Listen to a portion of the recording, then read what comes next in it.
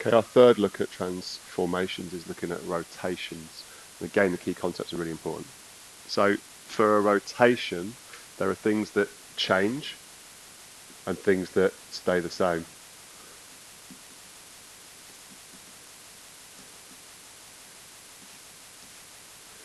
Things that change when you rotate, the orientation changes. It kind of spins around. Also, its position changes. It moves from one place to another. In terms of what stays the same, the shape does stay the same size. And it still stays the same shape. And actually, if you think about the two shapes, they are congruent. Exactly the same shape and size. But as we said, they're in a different orientation and in a different position. Those are really, really important. The other sort of key concept that you need when you're working with rotations is this idea of the center of rotation. We'll see on these two exam questions how the center of rotation is really important, certainly if you want to be getting full marks on an exam question. So let's look at the performing question. For performing, we're often given a shape. In this case, we're given the shape Q, and we're asked to rotate it. We're given an angle, and we're also given a direction. This could be clockwise, or it could be anti-clockwise, so we need to be very careful.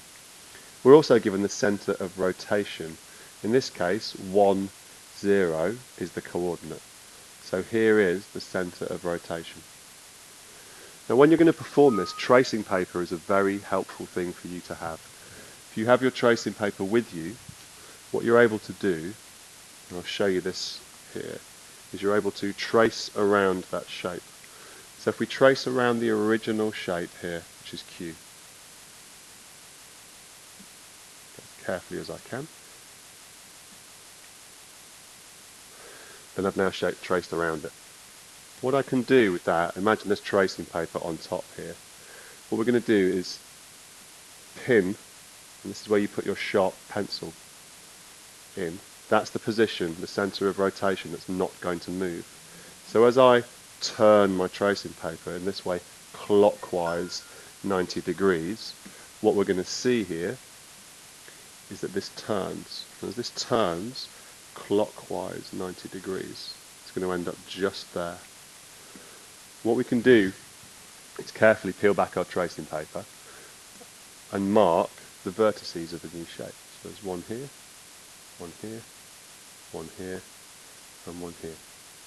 You can then put that tracing paper to one side. We'll drop it in the bin here. And what we now have are the vertices of the new shape after the rotation. And as before, we can grab our ruler, very carefully join together these vertices. That's terribly drawn. Join together these vertices, and what we have here is that new shape. And it's asked us to label that shape R. So here is our new shape R that we've got. And that's how you perform it. Trace it, pin the center of rotation, rotate the shape, and carefully just check where those new vertices are so you can get it in exactly the right position. It's a very similar technique when you're fully describing a rotation. Now, fully is really important. The first thing we need to do, if we look at this exam question over here, is it asks us to look at what moves shape P onto shape R. So from P to R, we need to see that there's a rotation there. And as soon as we recognize the rotation and we write the word rotation, we've gained 1 mark in the exam. Remember though, back here on the key concepts, we need more information. And also back here in the exam question, it talked about direction, and it talked about the center, and it talked about angles. So here we can see that it's rotated in an anti-clockwise direction. So we can put anti-clockwise. We can also see that it's just turned through 90 degrees. So at this point we've got 1 mark for rotation and 1 mark for the direction and the angle. The third and final part that fully describes that transformation is about finding the center of rotation. To find the center of rotation, we're going to go back and trace around the shape in just the same way we did earlier. So we trace around P,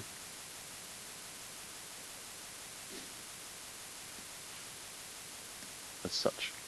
Once we've traced around it, we're now going to twist around the tracing paper. But we need to think of where the center could be. The best place to start is at the origin, at 0, 0. If you start at the origin, it gives you a really good idea of where to go. It may not be the right answer, but often in an exam it actually turns out to be. Let's see if it works here or if we need to keep trying. So, we rotate, bang, straight away we've found it. From here, we've pinned what we thought could be the center, we've rotated the tracing paper and we've found that it does work. So we can now see the center is the origin. If it wasn't and that didn't work, all you would have to do is keep moving around this center of rotation and keep trying new places nearby until you found the right one. Sort of a trial and improvement method. But what we've seen here is if we move it to the origin and rotate it, it works. So that means for our final mark in this, we can say that the center, and you must give it as a coordinate. The coordinate of the origin is 0, 0. And that would give you 3 marks on that describing the transformation question.